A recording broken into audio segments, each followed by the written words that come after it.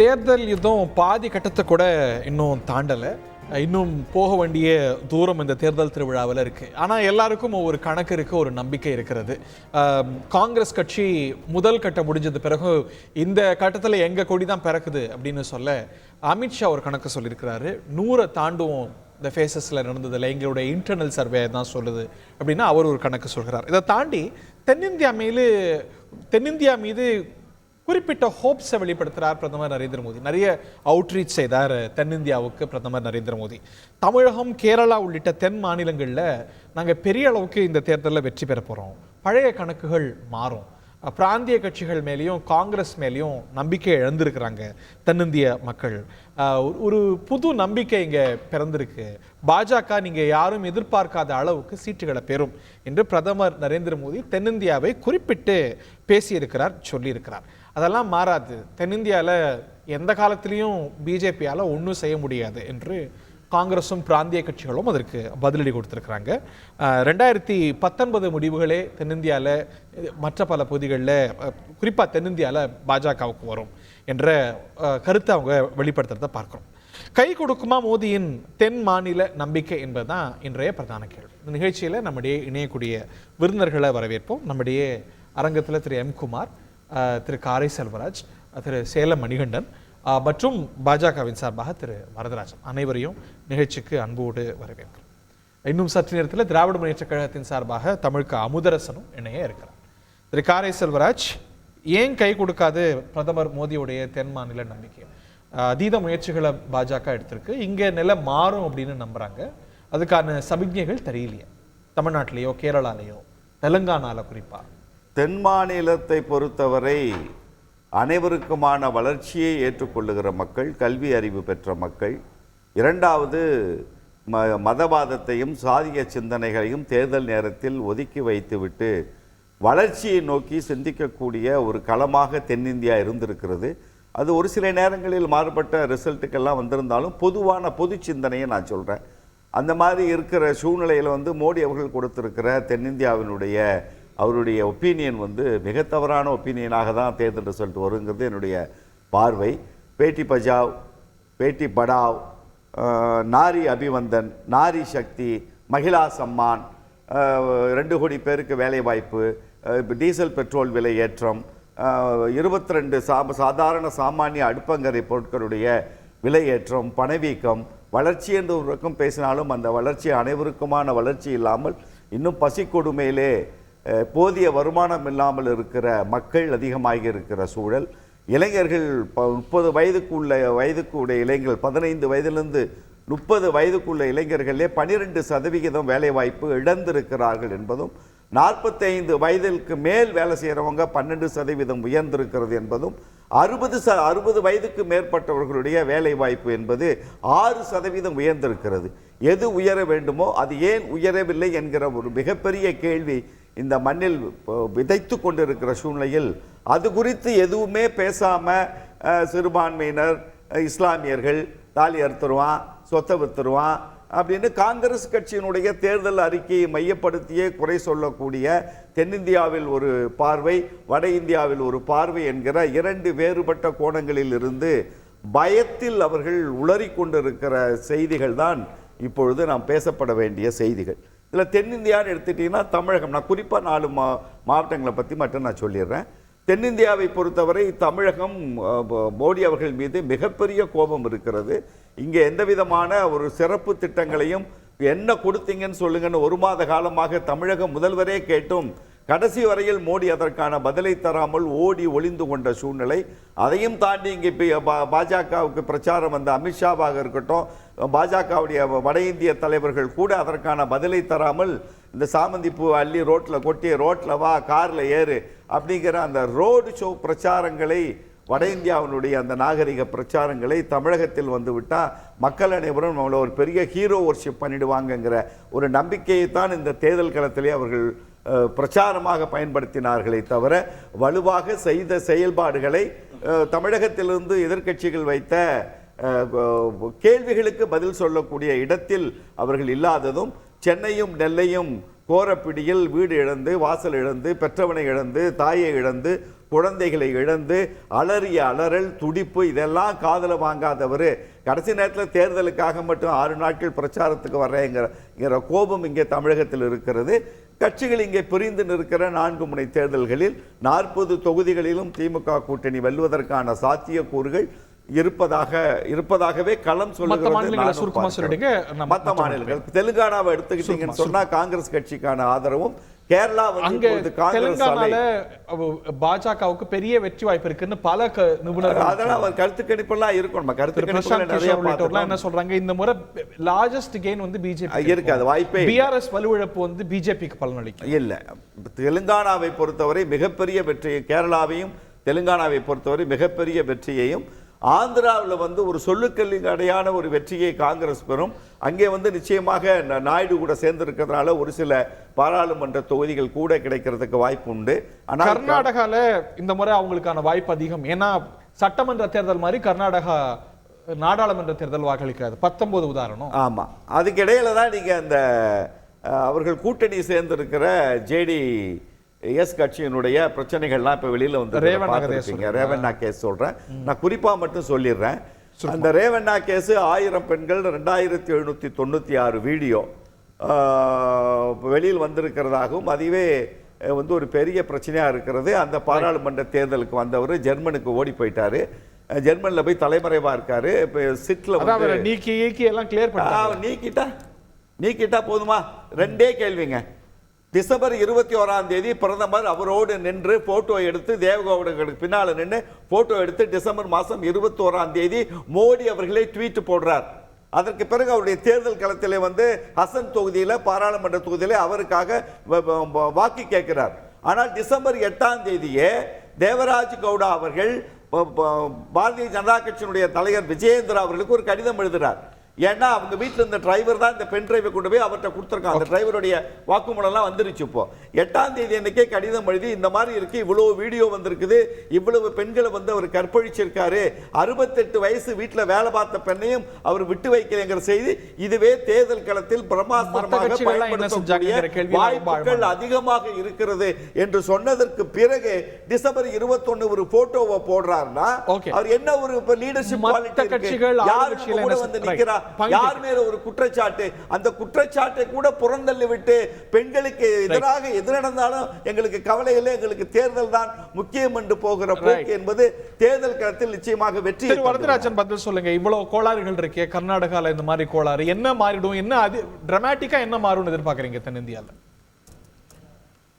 சரி, நீங்க 2019 இருந்து பாத்தீங்கன்னா 2019 தென் பாரதத்துல வந்து 130 இடங்கள் இருக்கு.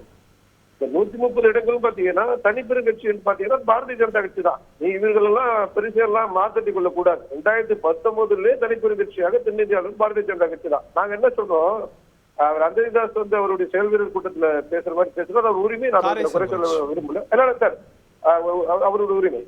நாங்க சொல்றோம், இன்னைக்கு வந்து இந்த ரேவண்ணா சார் அங்க வந்து சார் ஒரு பெண்ணை என்ன நடக்குது, எவ்வளவு ஒரு பட்டியல பெண்ணை வந்து கற்பழிச்சு கொலை பண்றான், இதெல்லாம் பேசும்போதுலாம் இருக்கு சார். அதே போல இந்த விஷயமும் ஒரு கூட்டணி கட்சியில உள்ள ஒரு நபருடைய விஷயம், அது மீது நடவடிக்கை எடுத்திருக்காங்க, அவ்வளவுதான்.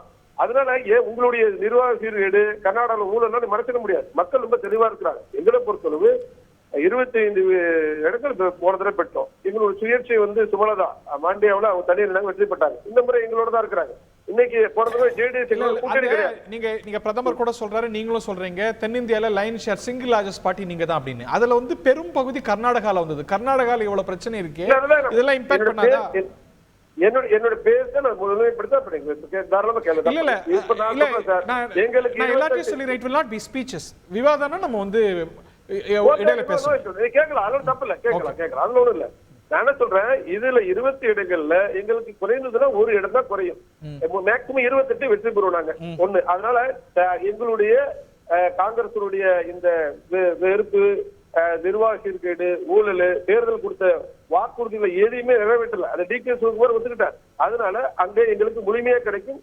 ஒரு மிஸ் ஆனா ஒரு சீட் கிடைக்கலாம், மிஸ் ஆகலாம். பாக்கி 27 எங்களுக்கு தான். நீ அதை தெலுங்கானா வர. இப்ப தெலுங்கானாவில் இன்னைக்கு வந்து பாருங்க, நீங்க போன முறையே எங்களுக்கு 2019 4 இடங்கள் கிடைச்சது.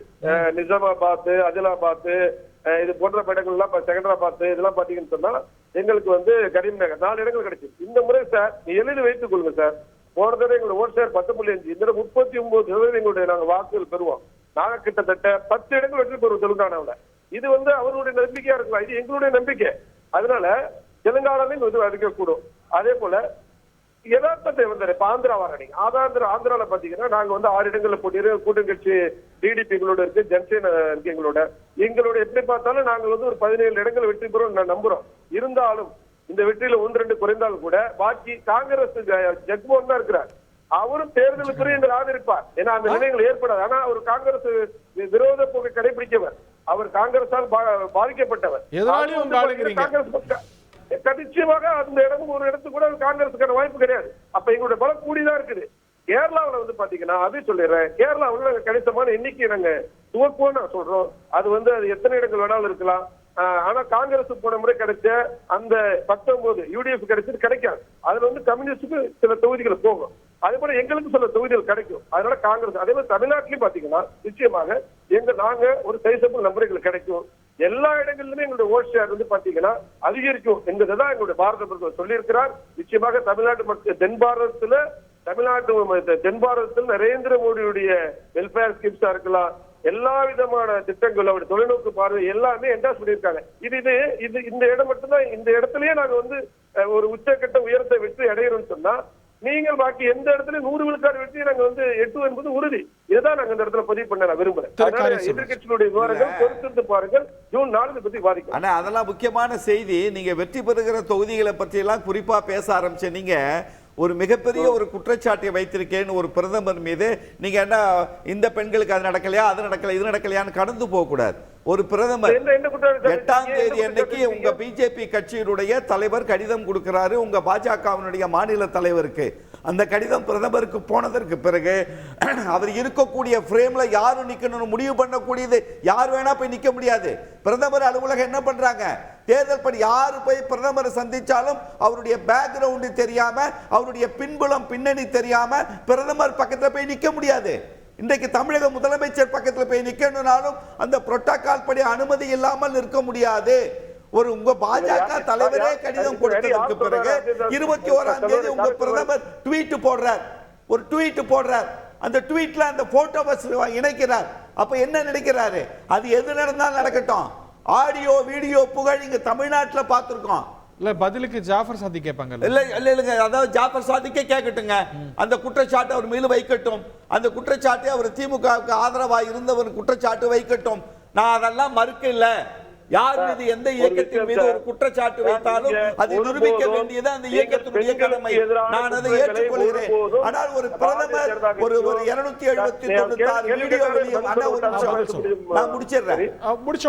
2796 வீடியோ வந்திருக்கு. 1000 பெண்கள் அரசு அதிகாரிகள் தங்களை கட்சியை சேர்ந்தவர்கள் எல்லாம் பண்ணிருக்காரு. உங்களுக்கு முதல்ல தகவல் வந்ததற்கு பிறகு அவருக்கு பிரச்சாரத்துக்கு போயிடக்கூடாது. பிப்ரவரி மார்ச் மாசம் அமித்ஷா பிரச்சாரத்துக்கு போறார். இப்ப என்ன சொல்றாரு, நாங்கள் ஏற்றுக்கொள்ள மாட்டோம், எஸ்ஐடி தகுந்த நடவடிக்கை எடுக்கட்டும். இப்ப கட்சியில இருந்து நீக்கிறாங்க. பிரதமருடைய போட்டோ பிரேம்ல அவர் வந்திருக்கவே கூடாது.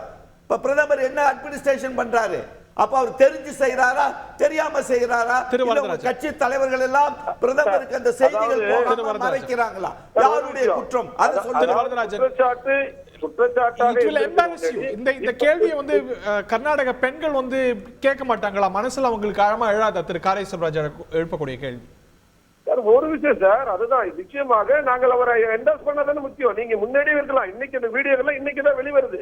இன்னைக்கு வெளிவர்ற பட்சத்துல நிச்சயமாக அவர் வெளிவருது சார். ஆனா இது வந்து இன்னைக்கு சர்ஃபேஸ்க்கு வருது. ஆனா இந்த குற்றச்சாட்டு டிசம்பர் 8 குற்றச்சாட்டு பாஜக தலைவரே பாஜகவுடைய மாநில தலைவருக்கு பிரம்மாஸ்திரமாக பயன்படுத்த போகிறார்கள் என்று அவர் கையில வீடியோவை வச்சு பார்த்துட்டாரு.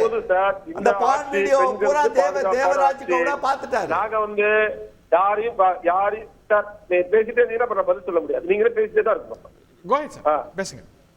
நான் என்ன கேட்கிறேன், அதனால யாரும் சமரசம் செய்து கொள்ளாது. பெண்களை தெய்வமாக போற்றுகின்ற கட்சி, இந்த பெண்களுக்கு என்ன சொல்ற பெண்களுக்கான உரிமைகள் அதிகமா பெண்கள் மேம்பாட்டுக்காக உழைக்கக்கூடிய பிரதமர். அதனால இதை வைத்து ஒரு நரேட்டிவ் செட் பண்ணாங்க. நிச்சயமாக மக்கள் புரிந்து கொள்வாங்க. நரேந்திர மோடி யாரு, பாரதிய ஜனதா யாருன்னு கர்நாடக மக்கள் எடை போட்டு பார்த்துப்பாங்க. அப்படி பார்த்தா ஒரு இடத்துல சித்தப்பல உங்களுடைய ஒரு திமுக எம்எல்ஏ வீட்டுல ஒரு பெண்ணை சித்திரவதை பண்ணி என்ன பண்ணுறீங்க, அது திமுக முதல்வர் ஸ்டாலின் பொறுப்பேற்று வரா, உதயநிதி பொறுப்பேற்று வரா, இது போல வேண்டாம். அதனால எங்கு தவறு நடந்தாலும் ஒரு குற்றம் தான். அந்த குற்றத்தை ஒருபோதும் நாங்கள் அனுமதிக்க மாட்டோம். நிச்சயமாக தப்பு செய்தவர்கள், குறிப்பாக பெண்கள் எதிராக செய்தவர்கள் யாரும் இந்த நாட்டில் தண்டிக்கப்படுவார்கள் நரேந்திர மோடி ஆட்சியில். Okay, fine. திரு அமுதரசன் நிகழ்ச்சிக்கு வரவேற்கலாம். திராவிட முன்னேற்ற கழகத்தின் சார்பாக திரு தமிழ்க்கு அமுதரசன் அவர்கள். அமுதரசன், பிரதமருடைய ஹோப்பை நீங்க பார்த்திருப்பீங்க. தமிழ்நாடு உட்பட தென்னிந்தியால பாஜக யாரும் எதிர்பார்க்காத அளவுக்கு அன்பிரசிடென்டட் வெற்றியை பெறும் அப்படிங்கிறார். இந்த நம்பிக்கை எப்படி போய்த்து போகும்? நிறைய முயற்சிகள் எடுத்திருக்கிறாங்க. ஆமா, மோடியினுடைய இந்த ஸ்டேட்மெண்ட் அப்படிங்கிறது ஒரு வெற்று சவடால், அவ்வளோதானே தவிர அதை தாண்டி வர ஒன்றும் கிடையாது. காரணம் என்ன, தமிழ்நாட்டில் குறிப்பாக தென் மாநிலங்களில் பாஜகவினுடைய நிலை என்ன, குறிப்பாக இந்த 2024 தேர்தலில் பாஜகவினுடைய யோகிதை என்ன, மக்களுடைய செல்வாக்கு என்ன, எல்லாமே நன்றாக தெரியும். இன்றைக்கு பாஜகவிற்கு எதிரான அலை இந்தியா முழுவதும் கடுமையாக வீச தொடங்கி இருக்கிறதை உணர்ந்து 2024 தேர்தல் தொடங்குறதுக்கு முன்னாடி வரைக்கும் 56 இன்ச்சு வேகமா தட்டி 400 இடங்கள் மிஷன் 400 சத்தம் போட்டுட்டு இருந்தவங்க இன்னைக்கு அதை பத்தி எல்லாம் மறந்துட்டாங்க. காரணம் என்ன அப்படிங்கிறது, கள நிலவரம் என்ன அப்படிங்கிறது தெரிஞ்சிருக்கு. திரு வரதராஜன் அவர்கள் பேசிட்டு இருந்ததை நான் கேட்டேன். தெலங்கானால ஃபுல்லா ஸ்வீப் பண்ணிடுவோம், அதே மாதிரி தமிழ்நாட்டில் கூட வாங்கிடுவோம் அப்படின்னு சொல்லி மோடிக்கு தெரிந்த கள நிலவரம் டிவி தொலைக்காட்சிகளில் பேசக்கூடிய பாஜக செய்தி தொடர்பாளர்களுக்கு தெரியல அப்படிங்கிறது நிதர்சனமான உண்மையை நம்ம பார்க்க வேண்டியது இருக்குது. அதெல்லாம் இப்ப வட மாநிலங்கள்ல பாஜகவிற்கு எதிராக, இன்னும் குறிப்பாக ஹிந்தி பேசக்கூடிய மாநிலங்கள்லயே பாஜகவிற்கு எதிரான எதிர்ப்பலைகள், போராட்டங்கள் தொடர்ந்து நடைபெற்றுட்டு இருக்கு. அப்ப வட மாநிலத்தில் இருக்கக்கூடிய மக்கள் மனதிலையும் அங்க இருக்கக்கூடிய நிர்வாகிகள் மத்தியிலையும் மிக ஆழமான நம்பிக்கை, கள நிலவரமாக அவர்கள் பார்த்து வந்தது ட்ராக் ரெக்கார்டு என்ன அப்படின்னா, தென் மாநிலங்கள்ல பாஜகவை யாரும் ஏற்றுக்கொள்ளவில்லை அப்படிங்கிறது. அந்த நம்பிக்கை இப்ப வட மாநிலங்களுக்கும் பரவிடக்கூடாது அப்படிங்கிறத அதை மூடி மறைக்கிறதுக்காக இப்ப சமாதானப்படுத்துறதுக்காக நாங்க தென் மாநிலங்கள்லயே மிகப்பெரிய அளவுக்கு மாற்றம் வரும் அப்படின்னு உதாரிட்டு இருக்கிறாரு பிரைம் மினிஸ்டர். அதெல்லாம் தாண்டி இப்ப கர்நாடக பிரச்சனையை பார்த்துட்டு இருக்கும் பொழுது பெண்களினுடைய பாதுகாவலர்கள், பெண்கள் அந்த இரும்பு ஷீல்ட் எல்லாம் வச்சு பெண் பாதுகாப்பு அதெல்லாம் பத்தி பேசினாங்க. இப்போ பிரதமருக்கு தெரியும் 5 மாசத்துக்கு முன்னாடியே ரேவண்ணாவினுடைய யோகிதை என்ன, பாஜக இது பாஜகவில் இயல்பான ஒன்று, பெண்கள் பாலியல் வன்புணர்வுகள்ல சிக்கக்கூடிய வேட்பாளர்கள்ல அவங்க வேட்பாளர்களை நிறுத்துறதும், அந்த குற்ற வழக்குகள்ல இருக்கிறவர்களை எம்பியா ஆக்குறதும் அது பாஜகவில் ரொம்ப இயல்பான ஒண்ணு. அது இருந்தும் கூட 5 மாதத்துக்கு முன்பாகவே லெட்டர்லாம் எழுதினப்போ மோடி கம்பேர் பண்ணி பார்க்கிறாரு. ரேவண்ணாவையும் மணிப்பூரையும் கம்பேர் பண்ணி பார்க்கிறப்ப மணிப்பூர் அளவுக்கு ரேவண்ணா இன்னும் கொடூரமான செயல்களில் ஈடுபடல. வெறும் 2800 வீடியோ தானே, அவ்வளவுதானே. மணிப்பூர் முதலமைச்சர் சொன்ன மாதிரி ஹார்ட் டிஸ்க் வீடியோல இல்ல, வெறும் பென்டிரைவ்ல தானே இருக்குது அப்படின்னு பார்த்துட்டு மணிப்பூரை விட மைல்டான வயலன்ஸ்ல தான் இவர் ஈடுபட்டு இருக்கிறாரு. அதனால நான் பிரச்சாரத்துக்கு வரேன் அப்படின்னு சொல்லி ஒரு பிரச்சாரத்துக்கு வந்திருக்கிறாரு. அத மக்கள் எந்த அளவிற்கு இன்னைக்கு தட்டி கழிச்சிருக்கிறாங்க, எந்த அளவிற்கு அடி கொடுத்திருக்கிறாங்க. அதற்காக உங்களுக்கு சார் நீங்க அவர் சொல்றாரு ஈஸியா சொல்லிடுறாங்க, அது மாநிலத்தோட பிரச்சனை, மாநிலத்துல நடவடிக்கை எடுக்கணும். நீங்க கூட ஆரம்பிக்கும் பொழுது சொன்னீங்கல்ல, அதான் என்னது கட்சியில இருந்து நீக்கி சரிப்படுத்திட்டாங்க. யாரு சார் வெளிநாடு தப்பிச்சு ஓடுறதுக்கு யாரு அனுமதி கொடுத்தா, யாருடைய பர்மிஷனு, யாருடைய துணை இல்லாம ஓட முடியும்? நீங்க பக்கத்து நாட்டுல போர் நடக்கிறத கூட நீங்க ஃபோர்காஸ்ட் பண்ணி தடுக்கக்கூடிய வல்லமை பொருந்திய மோடியினுடைய சர்க்கார்ல குற்றவாளி, பாலியல் குற்ற வழக்குகள்ல சிக்கின ஒரு குற்றவாளி, ஒரு ரேபிஸ்ட் அக்யூஸ்ட் தப்பிச்சு ஓடுறான். அதுக்கு முன்பாக பிரைம் மினிஸ்டர் அவருக்காக ஆதரவாக நின்று பேசுறாரு அப்படின்னா பாஜகவினுடைய பெண்களை பாதுகாக்கக்கூடிய யோகிதை என்ன அப்படிங்கிறது இந்தியா முழுவதும் பார்த்து சிரிச்சிட்டு இருக்குது. அதனால மோடியினுடைய முகத்திரை, பாஜகவினுடைய நிர்வாக சீரழிவு, அது எல்லாமே மக்களுக்கு தெரிஞ்சதுனால இன்னைக்கு கையேறு நிலையில மோடி இருக்கிறார். தோல்வி பயம் கவ்வி இருக்குது பாஜகவிற்கு. திரு வரதராஜன், திரு அமுதரசன் இந்த பெண்களை அவமதிக்கிறது, பெண்களுக்கு பாலியல் இதெல்லாம் இது பண்றது எல்லாமே திமுக கலாச்சாரம். இந்த ஈரவெங்காயத்தை நீங்க பேசாதீங்க வரதராஜன். மணிப்பூர் கேவல காரி துப்புது பாஜகவோட மூஞ்சில. அத பத்தி பேசுறதுக்கு மோடிக்கு யோகிதை இல்லாம ஓடி போனாரு. ஆனா மோடி மாதிரி நீங்க வந்து கச்சத்தீவு இலங்கை ஈரவெங்காயம் இந்தியா ஒரு மாநிலத்தில் நடந்த பெண்களுக்கு எதிரான குற்றங்களை பத்தி பேசுறதுக்கு தைரியம் இல்லாத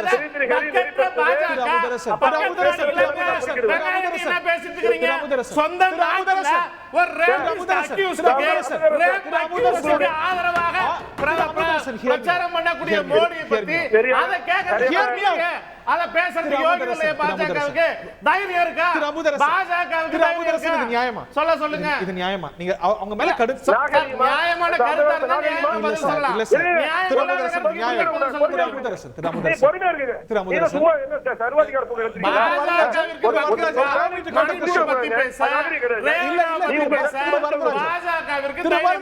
திருவரதராஜன் ஹோல்ட்.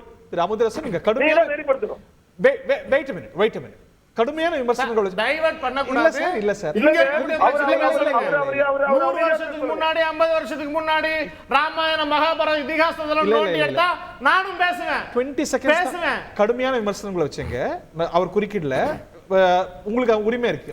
அவர் நியாயம் இருந்தா யாரா இருந்தாலும் என்ன பதில் சொல்லலன்னா அமைதியா இருங்க. என்ன பதில் சொல்றாருன்னு கேட்டு உங்களுக்கு டைம் தரேன். என்னங்க இது பெரிய அநியாயம் இல்லையா? இல்ல நீங்க விஷயத்துக்கு வந்திருக்கீங்க வரதராஜன். அவர் பேசி முடிச்சதுக்கு அப்புறம் நீங்க ஒரு விஷயங்க, இந்த நிகழ்ச்சி முடிகிற வரையிலும் ஒரு கருத்து சொன்னா அடுத்து யாரும் நெறியாத தவிர குறிப்பிட கூடாதுன்னு வேண்டுகோள் சார். எந்த கருத்தா இருக்கணும், உண்மையா நீ குறுக்கிட்டீங்கன்னா விஷயத்துக்கு வந்துருவோம். பேச முடியுமா? ஒரு நிமிஷம் நெறிப்படுத்துங்க.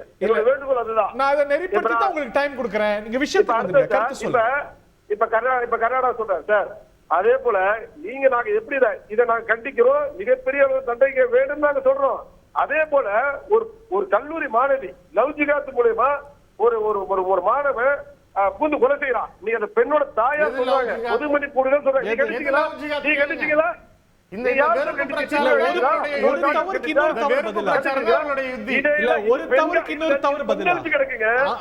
கொஞ்சலிச்சு கிடக்குது. இது போன்ற பெண்களுக்கு எதிரான குற்றங்கள் கர்நாடகா கொந்தளிச்சு கிடக்குது.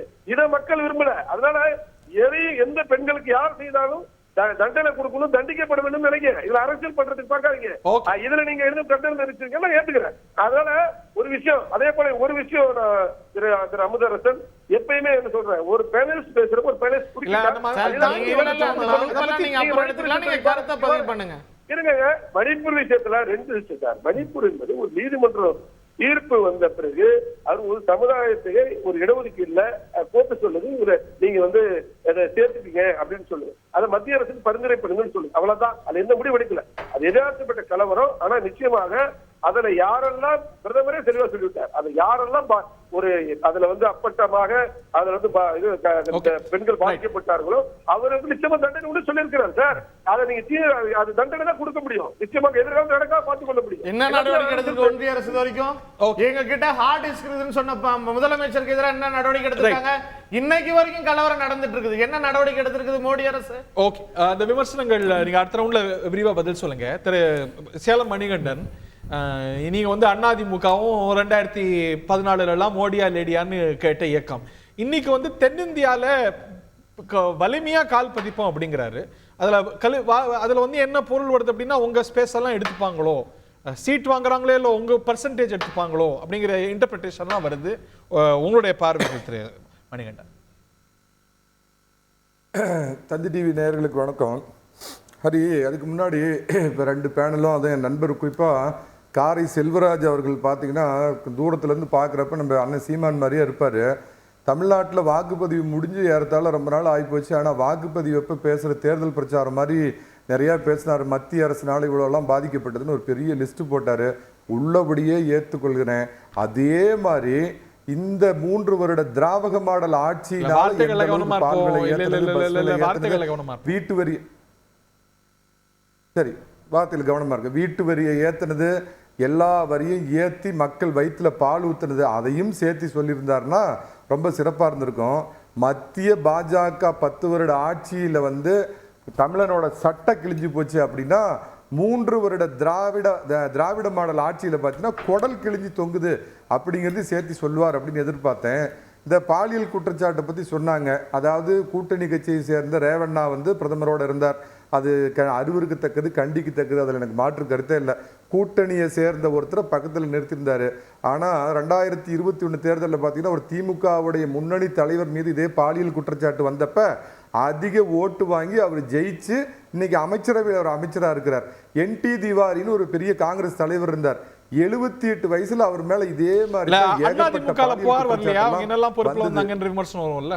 இல்ல திமுக அமைச்சர் யார் மேல என்ன பாலியல் குற்றச்சாட்டு எப்ப இருந்தது அதை தெளிவுபடுத்த சொல்லுங்க. போற போக்குல விஷத்தை கக்கிட்டு போறதால அனுமதிக்க முடியாது. RSS மணிகண்டன் பேசுறத அனுமதிக்க முடியாது. அதை ஒழுங்கா சொல்லிட்டு போக சொல்லுங்க. என்ன கூப்பிடாதீங்கன்னு அவரு தான் இங்க வந்து டியூட்டர் மாதிரி எல்லாத்துக்கும் ஏங்க அவர் பேசுறப்ப நான் ஒரு வார்த்தை குறுக்க பேசுறேனா? நீங்க அதெல்லாம் கேட்டுட்டு இருக்க முடியாது. தமிழ்நாட்டினுடைய அமைச்சர் மக்களால தேர்ந்தெடுக்கப்பட்டு அரசியலமைப்பு சட்டத்துல பிரமாணம் பண்ண ஒரு அமைச்சரை பத்தி கேவலமா அண்ணமா எடப்பாடி பழனிசாமியை பேசுற மாதிரி நீ பேசிட்டு இருந்தீங்கன்னா நாங்க கேட்டுட்டு இருக்க முடியாது. அதை கேட்டுட்டு இருக்க முடியாது. RSS மணிகண்டனை கரெக்டா பேச சொல்லுங்க. சரியா பேசினாருன்னா சரியான தகவல். போற போக்குல ஒரு அமைச்சர் மேல பொய்யான குற்றச்சாட்டை வச்சுட்டு RSS மணிகண்டன் போக முடியாது. இல்ல பதில் வாங்க. RSS மணிகண்டன் போற போக்குல பொய்யான குற்றச்சாட்டை வச்சுட்டு போக முடியாது. அதை அனுமதிக்க முடியாது. ISS Tamil Amudhan ISS காரர் RSS Manikandan கரெக்டா பேசுங்க, சரியான தகவலோட பேசுங்க. இல்லாட்டினா அது சரியா இருக்காது. மக்களால தேர்ந்தெடுக்கப்பட்டு பதவியில் இருக்கக்கூடிய ஒரு அமைச்சர் மீது இவர் பேசாம பாலியல் குற்றத்தை பாஜகவா குற்றச்சாட்டு ரேப் பண்ணவனெல்லாம் கொண்டு வந்து அமைச்சர் பதவி கொடுக்கிறதுக்கு இல்ல தைரியமா நேர்மையா RSS போட்டு வந்து பேசிட்டோம். சும்மா தேவையில்லாம பாஜக காவடி தூக்குறதுக்கு திமுக வந்து சீண்ட கூடாது. அதுக்கு அனுமதிக்க முடியாது, பேச அனுமதிக்கவே மாட்டேன். இத நீங்களும் அனுமதிக்க கூடாது. இன்டரப்ஷன்ஸ் சுருக்கமா வச்சுக்கோங்க, நேரத்தை பகிர்ந்தளிக்கணும்ங்கிறதுனால சரியா பேச சொல்லுங்க. எதையாவது வளரக்கூடாது. திருமணிகண்டன் நீங்க விமர்சனங்களை பாருங்களேன். இல்ல மணிகண்டன் ஆன்சர் மை क्वेश्चन. என்னோட கேள்வி ஏற்கனவே தந்தி டிவி நிர்வாகத்தை வச்சிருந்தேன். அவரை கூப்பிட்டுருந்தா என்ன கூப்பிடாதீங்க. அவர் யாரையும் மாற்று கருத்து கொண்டவர்களை பேச விட மாட்டார்.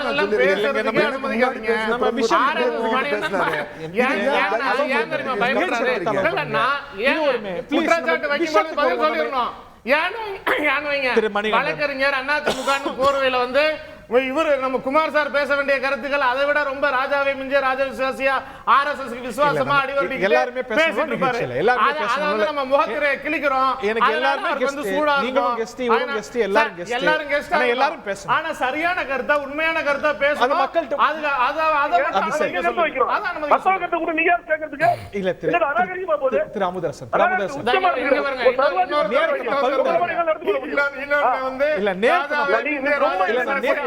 இல்ல இல்ல இல்ல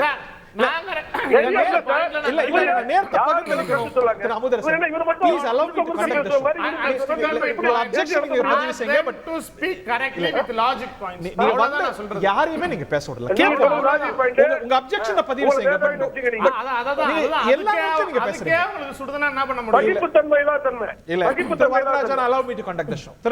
திரு மணிகண்டன் நீங்க பாருங்களேன், இப்ப பிரதமர் வந்து சேலஞ்ச் பண்றாருன்னா நீங்க வந்து அந்த சேலஞ்சை விட்டு இங்க தானே வர்றீங்க.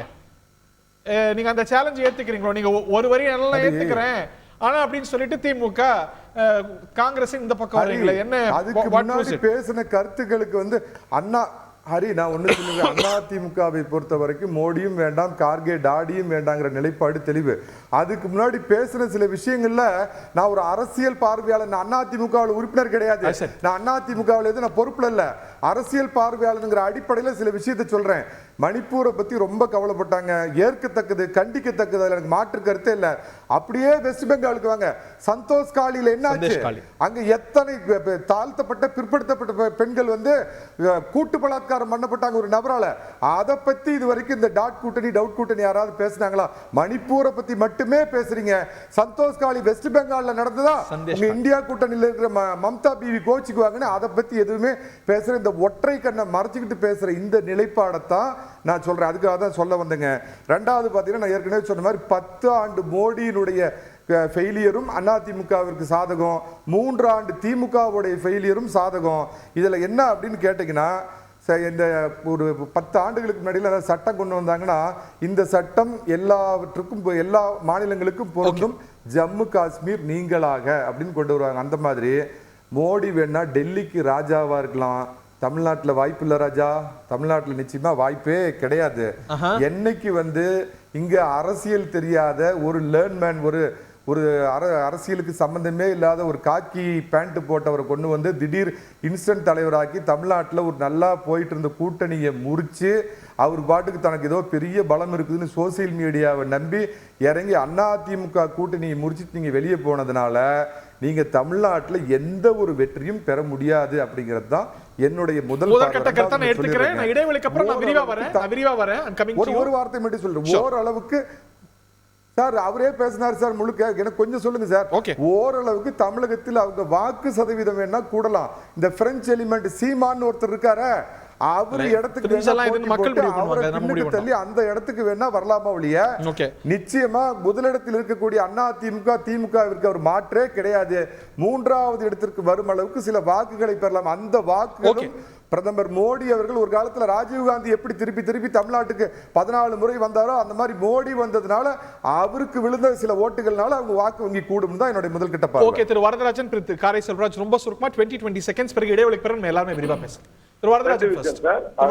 ஒரு விஷயம் எங்களை பொறுத்தளவு இன்னைக்கு சரியான ஒரு மாநில தலைவர் போட்டிருக்கின்றோம் இன்னைக்கு. அதனால எங்களுக்கு பாஜகவினுடைய தமிழகத்துல ஜூன் 4 அன்னைக்கு எண்ணி பார்க்கலாம். எண்ணிக்கையிலையும் நாங்க எந்த இடத்துக்கு வந்திருக்கிறோம், எத்தனை இடங்கள்ல 2வது இடத்துல வாங்குறோம், எவ்வளவு இடங்கள்ல ஓட் ஷேர் வாங்குறோம் என்பதெல்லாம் கிட்டத்தட்ட பொறுத்து பாருங்க. ஏறக்குறைய எல்லாமே அதுக்கான விடை தெரியும். மணிகண்டன் அவர்கள் நான் ஏதோ தேர்தல் பிரச்சாரம் பண்ண தமிழ்நாட்டில் எல்லாம் முடிஞ்சு போயிடுச்சுன்னு சொன்னாரு. இன்னும் 7 கட்ட தேர்தல் இந்தியா முழுமைக்கும் நடைபெற இருக்கிறது. உலகெங்கும் செல்கிற தந்தி தொலைக்காட்சி நேயர்களுக்கு கடைசி கட்ட தேர்தல் வரைக்கும் இந்த கருத்தை பதிவு பண்ண வேண்டியது ஒரு இயக்கத்தை சார்ந்தவனுடைய கடமை என்பதனால தான் பதிவு பண்ண.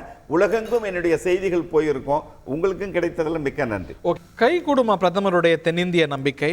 திரு குமார் கிட்ட கேட்கலாம். சதவீதம் இம்ப்ரூவ் ஆகலாம் இந்த பெஸ்ட் கேஸ், ஆனால் டிராமாட்டிக்கா சீட்ஸ் கூடும்னு நினைக்கிறீங்களா? இல்லை, சாதாரண மனோநிலையில் இருந்து நம்ம நண்பர் மணிகண்டன் சொல்கிறாரு. அதாவது இது இந்த வருஷத்துக்கு வருஷம் எல்லா வகையிலையும் காலங்கள் மாறிக்கொண்டிருக்கிறது, அறிவியல் துறை மாறிக்கொண்டிருக்கிறது, டிஜிட்டலைஸ்ட் ஆகப்பட்டிருக்கிறது, உலக நிகழ்வுகளை தெரிந்து கொள்ளக்கூடிய வாய்ப்புகள் அதிகரித்திருக்கிறது. இப்போ நடக்கக்கூடியது இந்த நாட்டுக்கு பிரதமர் யாருங்கிறது தேர்ந்தெடுக்கக்கூடிய ஒரு தேர்தல். 19 அப்படி தானே? 19 அப்படி தான். நான் என்ன சொல்ல வரேன்னா, காலத்துக்கு காலம் மாறிக்கொண்டே இருக்கிறது. பிரதமர் யாருங்கிறத தீர்மானிக்கக்கூடிய தேர்தல்.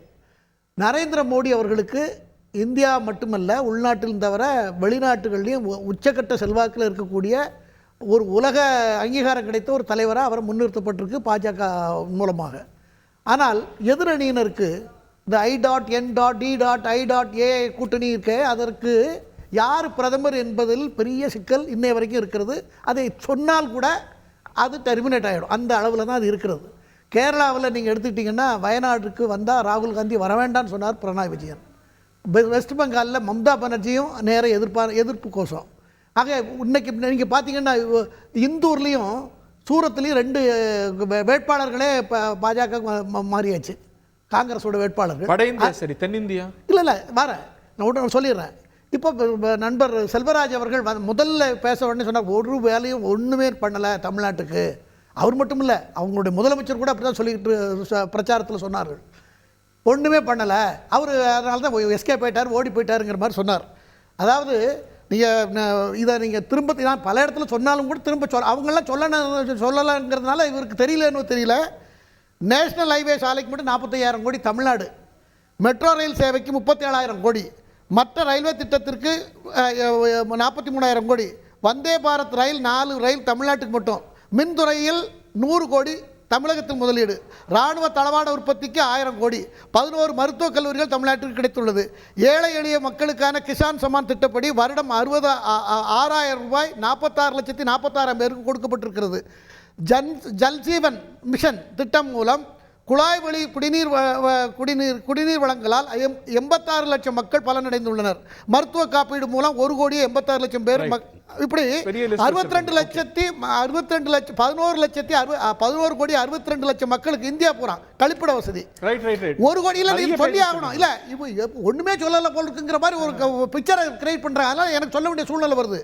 1 கோடியே 10 லட்சம் ஏழைகளுக்கு 5 கிலோ இலவச அரிசி மத்திய அரசு வழங்குகிறது. 15 லட்சம் குடும்பங்களுக்கு வீடு கட்டி கொடுக்கப்பட்டுள்ளது. அதுல 2,77,000 மானியம். அதுபோல இது அதாவது காப்பீடுல 5 லட்சம் ரூபாய்க்கு சாதாரண ஏழைகள் கூட ஒரு மருத்துவமனையில் போய் அட்மிட் ஆயிடலாம். அந்த அளவுக்கு வசதி பண்ணி கொடுக்கக்கூடிய இதெல்லாம் இதுதான் மக்களுக்கு செய்யணும். இதைத்தான் ஒரு அரசாங்கம் செய்யணும். இவ்வளவு திட்டங்களை செய்து கொண்டு அவர் நம்பிக்கை வைத்து தமிழ்நாட்டில் நமக்கு ஓட்டு போடுவாங்கன்னு நம்புகிறார். நம்முடைய மக்களை நம்பி சொல்ற வார்த்தை தான், தமிழக மக்களை நம்பி சொல்லக்கூடிய வார்த்தை தான். நீங்க வடக்க எடுத்துக்கிட்டீங்கன்னா இந்தி கூட்டணின்னு சொன்னாங்க, அங்கெல்லாம் செல்வாக்கு சரியுதுன்னு சொன்னாங்க. நம்ம முதலமைச்சர் ஏன் அங்கே போகல? அவர் கூட்டணி கட்சியில் முக்கியமான அங்கம். அவர் ஏன் போகல? அவருக்கு கொடைக்கானலில் போய் ரெஸ்ட் எடுத்துட்டு இருக்காரு. இல்லை ரெஸ்ட் எடுக்கட்டும், நான் இல்லைன்னு சொல்லலை, கொடைக்கானலில் ரெஸ்ட் எடுக்கிறார். ஆனால் அந்த கூட்டணிக்கு போடுமா இல்லை? இவர் தான் ராகுல் காந்திக்கு பேக் போனா இருக்கிறார். அப்போ அந்த இடத்துல பிரச்சாரம் அங்கே போனால் செல்லுபடி ஆகாதுங்கிறது தகவல். ஏன்னா இந்திய கூட்டணிகளை இவர் வந்து சனாதன ஒழிப்போம் அது இதுன்னு பேசுனதுனால இவர் வரக்கூடாதுன்னு நிறைய பேர் எதிர்ப்பு தெரிவித்திருக்கிறார்கள். ஆக இதெல்லாம் தான் பிரச்சனை. அதாவது குமார் சார் நிறைய டேட்டாஸ்லாம் சொன்னார். நாடாளுமன்றத்தில் ஒரு டேட்டாஸ் வந்து கொடுத்தாங்க. எதன் அடிப்படையில் இதெல்லாம் கொடுக்குறீங்கன்னு சொல்லி கேட்டப்போ அதை பார்த்து அது எந்த லாஜிக்கல் பாயிண்ட்ஸுமே அதில் எதுவுமே இல்லாமல் இருந்தது. இப்போ ரயில்வே வந்து வந்தே பாரத் விட்டாங்க, தேஜஸ் விட்டாங்க. இந்தியாவில் அதுக்கு முன்னாடி ரயிலே இல்லை, இவர் தான் புதுசாக ரயில் என்ஜின் கண்டுபிடிச்சி விட்ட மாதிரி இதுக்கு முன்னாடி இருக்க எல்லா பிரைம் மினிஸ்டரும் ரயில்வே துறை விட்டுக்கிட்டு தான் இருந்தது. ரயில்வே துறைக்கு தனியாக இருந்த ஒரு பட்ஜெட்டே ஒழிச்சு கட்டிட்டீங்க. சரி, அது கூட இருந்து அதை கூட பேச வேண்டாம். நீங்கள் கடந்த 4 ஆண்டுகளில் கிட்டத்தட்ட 101 முறைக்கு அதிகமான தடவை வந்து ரயில்வே நிதி ஒதுக்கி இருக்கிறாங்க. இதுல 13,200 கோடி ரூபாய் வட மாநிலங்களுக்கு நார்தன் ரயில்வேஸ்க்கு மோடி அரசு பாஜக அரசு கொடுத்திருக்கு. சதர்ன் ரயில்வேஸ்க்கு எவ்வளவு தெரியுமா கொடுத்திருக்கு? வெறும் 59 கோடி ரூபாய் தான், வெறும் 59 crores. அவ்வளவுதான். மோடி விளம்பர செலவே 3,500 கோடி ரூபாய். மோடி விளம்பர செலவை விட தமிழ்நாட்டுக்கு கொடுத்துருக்கக்கூடிய ரயில்வே பட்ஜெட், அதுக்காக ஒதுக்கக்கூடிய பட்ஜெட்டுங்கிறது வந்து ரொம்ப கம்மி. அதுல வந்து ஒரு சிறு பருக்கை கூட வந்து மோடி அரசு கொடுக்கல. இன்னும் குறிப்பாக தென் மாநிலங்களில் குறித்து நம்பிக்கை தெரிவிக்கிறார்ல பிரைம் மினிஸ்டர், தென் மாநிலத்தில் இருக்கக்கூடிய முதலமைச்சர்கள் எல்லாரையும் டெல்லியில போய் போராட வச்சது யாரு அப்படின்னு பாத்தீங்கன்னா இதே பாஜக அரசு தான். கர்நாடகா, தமிழ்நாடு தான் நீங்க தண்ணியில தத்தளிச்சப்ப நீங்க அதை வந்து பேரிடர்னு கூட அறிவிக்க மாட்டோம், நீ எக்கட கெட்டு போ அப்படின்னு சொல்லிட்டு இருமா போட ஒரு அம்மா சொல்லிட்டு போனாங்க. பிரைம் மினிஸ்டர் பார்த்துட்டு அமைதியா இருந்தாரு. அதெல்லாம் ஒரு பக்கம். கர்நாடகா இவங்க அதிகபட்சமா கை கொடுத்துச்சுல கர்நாடகா, அந்த கர்நாடகாவுக்கு வறட்சி நிவாரணம் கொடுங்க அப்படின்னு சொல்லி கொடுத்துருக்காங்களே. எப்ப கொடுத்தாங்க? உச்ச நீதிமன்றத்தினுடைய கதவுகளை போய் தட்டின பிறகு 18,000 கோடி ரூபாய் அவங்க கேட்ட பிறகு வெறும் 3,200 கோடி ரூபாய் தேர்தலுக்காக கொடுத்துட்டு போயிருக்கிறாரு. அப்ப அந்த மக்களினுடைய மனங்கள்ல மிக ஆழமாக பதிவாகி இருக்குது. இந்த ஆட்சி எளிய மக்களுக்கான ஆட்சி கிடையாது, இந்த ஆட்சி நமக்கான ஆட்சி கிடையாது, இது கார்ப்பரேட் முதலாளிகளுடைய நலன் பயக்கும் ஆட்சி அப்படிங்கிறது மக்கள் மனசுல பதிஞ்சிருக்குது. அப்ப இந்த அதிர்வலைகள் வட மாநிலங்களை தாக்க கூடாது அப்படிங்கிறதுக்காக தான் எங்களுக்கு தென் மாநிலங்கள் கை கொடுக்கும் அப்படின்னு பிரைம் மினிஸ்டர் பேசுறாரு. இன்னும் குறிப்பா தமிழ்நாட்டினுடைய முதலமைச்சர் ஏன் வந்து வட மாநிலத்துக்கு போய் பிரச்சாரம் பண்ணல அப்படின்னா, ஏற்கனவே மோடிக்கு ஜுரம், கொரோனா காய்ச்சலை விட கடுமையான ஜுரம் பாஜக கூட்டணிக்கு, மோடிக்கு, அமித்ஷாவுக்கு. அதனாலதான் முதல் 2 கட்ட தேர்தலில் தென் மாநிலங்கள்ல வாங்கின அடிய மறக்க முடியாம தான் இப்ப 3ஆம் கட்ட தேர்தலுக்கு என்ன பேச ஆரம்பிச்சிட்டாங்க தமிழ்நாடு. எனக்கு இன்னும் என்ன ரொம்ப ஆச்சரியமா இருக்குதுன்னா, அடுத்து 3 நாள் 5லையும் போயிட்டு இன்னும் திமுக தலைவர்கள் பத்திலாம் தமிழ்நாடு, இந்தியா முழுக்க, மத்திய பிரதேச, போபால்லாம் போய் பேசினார்ல, அதே மாதிரில 7 கட்டத்திலையும் பேசிட்டு இருக்க போறாரு. ஸ்கிரிப்டை மாத்தி கொடுங்க. தமிழ்நாட்டில் எலெக்ஷன் முடிஞ்சு போச்சு, கர்நாடகா கேரளாவில் எலெக்ஷன் முடிஞ்சு போச்சு. ஆகையினால தமிழ்நாடு, கேரளா, ஆந்திரா, தெலங்கானாவினுடைய ஜுரத்தை விட்டுட்டு அதுக்கு ஒரு டோலோ 650 போட்டுட்டு மோடி வட மாநிலத்திலேயாவது ஏதாச்சும் 1-2 தேருமான்னு பார்க்கட்டும் அப்படிங்கறத அவங்க தெரிஞ்சுக்கிட்டு. சகோதரர் சொன்னாரு, ஒரு அப்பட்டமான ஒரு பொய்யை பிச்சாரு. தென் பாரதத்துக்கு, குறிப்பா தமிழ்நாட்டுக்கெல்லாம் வந்து ரயில்வே அதிகம் சார், மனசாட்சியோட பேசுங்க. 2009, 2014 ரயில்வேக்காக தமிழகத்துக்கு உங்க ஆட்சியில் ஒதுக்கப்பட்ட நிதி 2009, 2014 வெறும் 811 கோடி. இன்னைக்கு இந்த 2 ஆண்டுகள்ல மட்டும் தமிழ்நாடு ஒதுக்கப்பட்ட கோடி 8000 கோடி சார். 6800 கோடி ரூபாய் 7000 கோடி ஒதுக்கிறாங்க. அது எதுக்கு தமிழ்நாட்டுக்கு டெல்லியில இருந்து தனி ட்ராக் போட்டு விட்டாங்களோ என்னவோ, தமிழ்நாட்டுக்கு எதுவும் வரல. அப்படி இப்ப பாருங்க, 8000 நீங்க கோடி ரூபாய் பேசுறப்ப track குறிக்கிற கூடாது தமிழ்நாட்டுக்கு சொல்லியிருக்கேன். நீங்க கடுமையான விமர்சனங்களை வச்சீங்க, அப்ப அவர் குறுக்கிடல.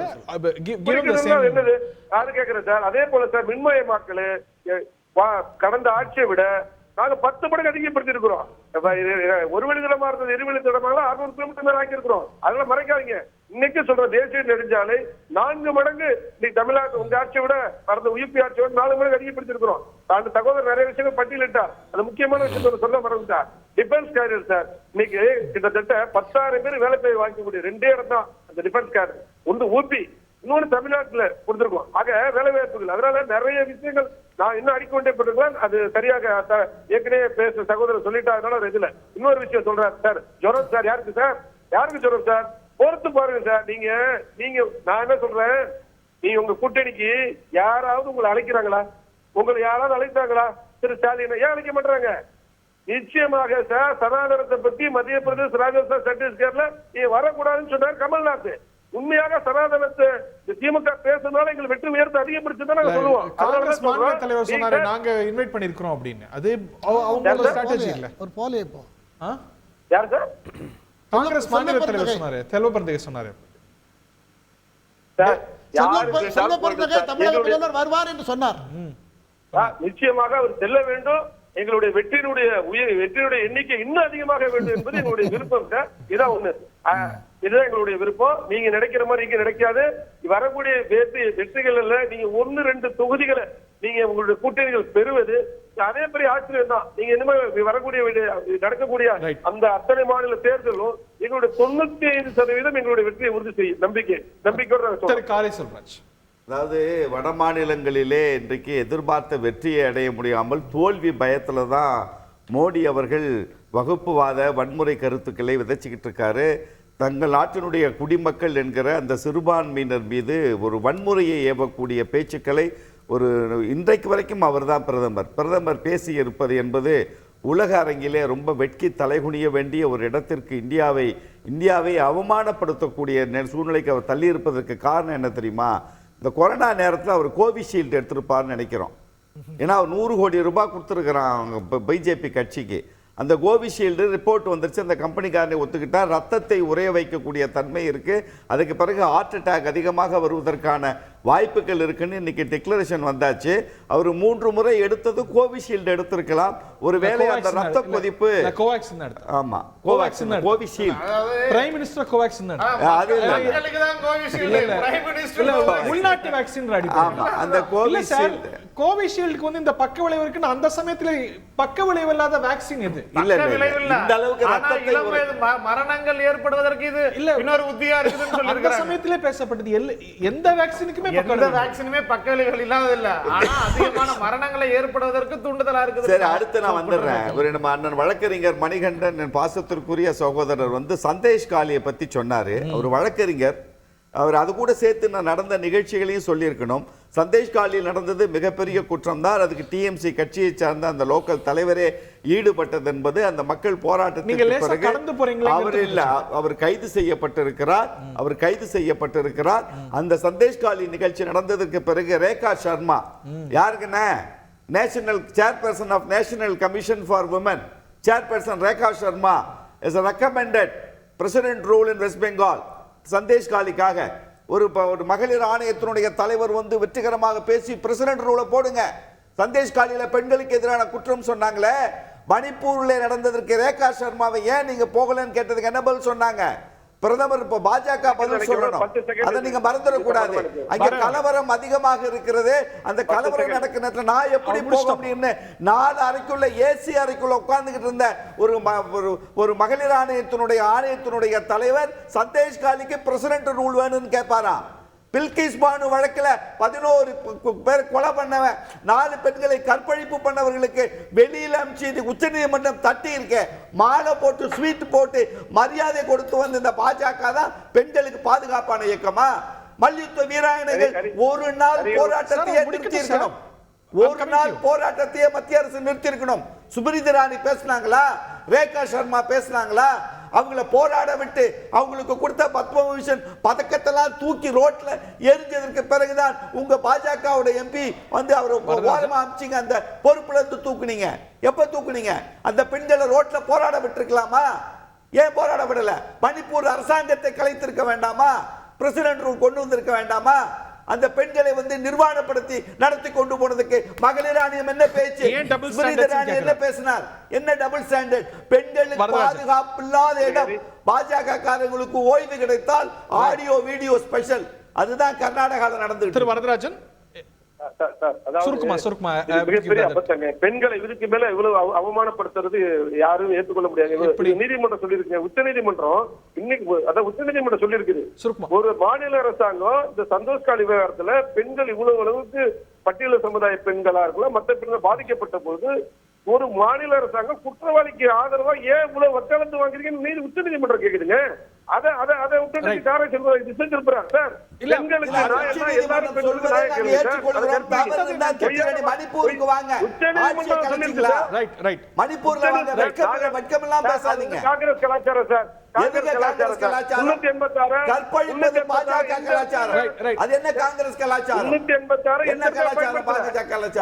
8 வயசு பெண்ணை ஒரு சாமியார் கோயில்ல வச்சு 8 பேர் கற்பழிச்சவங்களுக்கு எதிராக நடவடிக்கை ஆயிஷா நடவடிக்கை எடுக்க கூடாதுன்னு லோக்கல் பாஜக கட்சிகள் பாரத் மாதா கி ஜெய் ஸ்ரீராம் கொடியை தூக்கி போட வெட்கப்பட்ட அரசியல் பண்ணது பாஜக. Okay fine. திரு காங்கிரஸ் பத்தி பேசாதீங்க, பதில் வாங்க. 10 செகண்ட்ஸ். உங்க மேல இருக்கிற அழுக்கை துடைப்பதற்கு முயற்சி செய்யுங்க. டைம் இல்ல. திரு வரதராஜன், டபுள் ஸ்டாண்டர்ட்ஸ் குற்றம் சாட்டுறாரு. Okay 10 seconds please. அதாவது சார் ஒரு விஷயம் சார், அதாவது இதுக்கான அதான் சொல்றேன், திசை மாறக்கூடாது, திசை திருப்ப கூடாது, அதை சொல்லணும், அவ்வளவுதான். மற்ற விஷயங்கள் வச்சுக்கிறேன், இதுதான் என்னுடைய கருத்து. Point taken. திரு மணிகண்டன், இந்த தென்னிந்தியா சேலஞ்ச் வரும்போது இது ஸ்பெசிபிக்கா தமிழ்நாட்டுக்கு வரும்போது பிரைம் மினிஸ்டரோட ஹோப்ஸ் இருக்கும் அப்படின்னா அது உங்களுக்கு அதிமுகவுக்கு சேதாரம் ஏற்படுத்தும்னு நினைக்கலையா? இறுதி கருத்தாவும் சுருக்கமா சொல்லிடுங்க. ஹரிகரன் ஒன்னு சொல்லிடுறேங்க, தமிழக மக்களுடைய ஒட்டுமொத்த விருப்பம் மத்தியில் பாஜக தோற்கடிக்கப்பட வேண்டும் என்பது. என்னுடைய பார்வையில் திரு எடப்பாடி பழனிசாமி அவர்கள் தமிழர்கள் மத்தியிலும் தமிழ்நாடு மத்தியில் மட்டுமே அறியப்படுகிற ஒரு ரீஜனல் லீடர். அவர் நான் ஆப்பிரிக்காவை காக்கிறேன், அமெரிக்காவை காக்கிறேன்னு எங்கேயும் சொல்லலை. நான் என்ன கேட்குறேன்னா, மரியாதைக்குரிய நம்ம தமிழக முதலமைச்சர் இந்தியாவை காக்க அப்படின்னு இந்த தேர்தலில் கேட்டார். இந்தியாவை காப்பதற்காக மாட்டு மூத்திர மாநிலங்கள்னு சொல்றல, வட மாநிலத்துக்கு எல்லாம் போய் மாப்பி, ஊப்பி, ராஜஸ்தான், பீகார் எல்லாம் போய் சனாதானத்தை ஒழிப்போம், சமூக நீதியை காப்போம் அப்படின்னு சொல்லி அவர் பிரச்சாரம் பண்ணி பாஜகவை அடியோட வீழ்த்தணுங்கிறது என்னுடைய பண்பான வேண்டுகோளுங்க. காங்கிரஸுங்கிறது ட்ரிபிள் ஆர்ல மாட்டிச்சு. ஒரு காலத்தில் ட்ரிபிள் ஆர் படம் வந்து எப்படி பெரிய ஹிட் ஆச்சோ அந்த மாதிரி பார்த்தீங்கன்னா ரிசோர்ஸ், ரீசர்வே, ரீடிஸ்ட்ரிபியூட்டுங்கிற ஒரு சுனாமியில மாட்டிக்கிச்சு காங்கிரஸ்.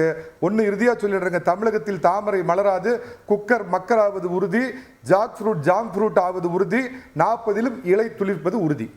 இறுதி கருத்து ரொம்ப சுருக்கமா.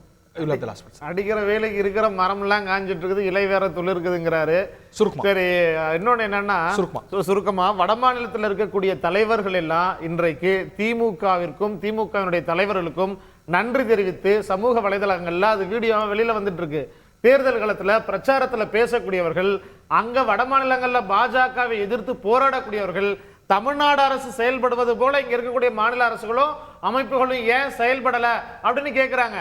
அப்ப திமுக தொடங்கி வைத்த இந்த பிரச்சாரம், தேர்தல் களம் அப்படிங்கிறது இன்னைக்கு வட மாநிலத்தில் பற்றி எரிகிறது. இது பாஜகவை வீழ்த்தும் அப்படிங்கிறதுல புதிய குற்றச்சாட்டு வேண்டாம். இல்ல நான் என்ன சொல்ல வரேன்னா, பொதுவா தான் நான் இப்ப பொதுவா சொல்லி முடிச்சிடுறேன், ஏன்னா கடைசி நேரம். அதாவது மக்கள்கிட்ட வந்து இன்னைக்கு தமிழ்நாட்டில் ஒரு பெரிய பதட்டம் ஏற்பட்டிருக்கிறது. ஆட்சி மாநில அரசு மத்திய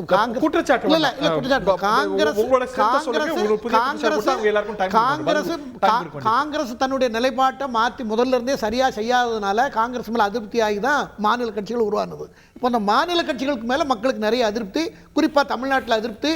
அதனால பாரதிய ஜனதா கட்சி எதிர்காலத்தில் வேணுங்கிற நிலைமை மக்கள்கிட்ட ஏற்பட்டிருக்கிறது. அது ஜூலை 4ஆம் தேதிக்கு பிறகு அதை பத்தி நம்ம எல்லாம் விவாதிப்போம். இதான் என்னுடைய ஜூன் 4ஆம் தேதி விவாதிக்கலாம். நீங்க கூப்பிடுங்க அன்னைக்கு, எல்லாரும் பேசுவோம். அது வரைக்கும் பேசுவோம்.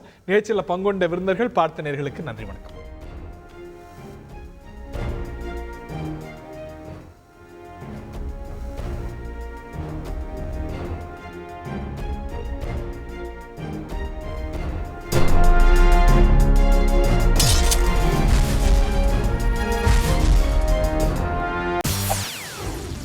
செய்திகளை உடனுக்குடன் தெரிந்து கொள்ள உடனே சப்ஸ்கிரைப் பண்ணுங்க.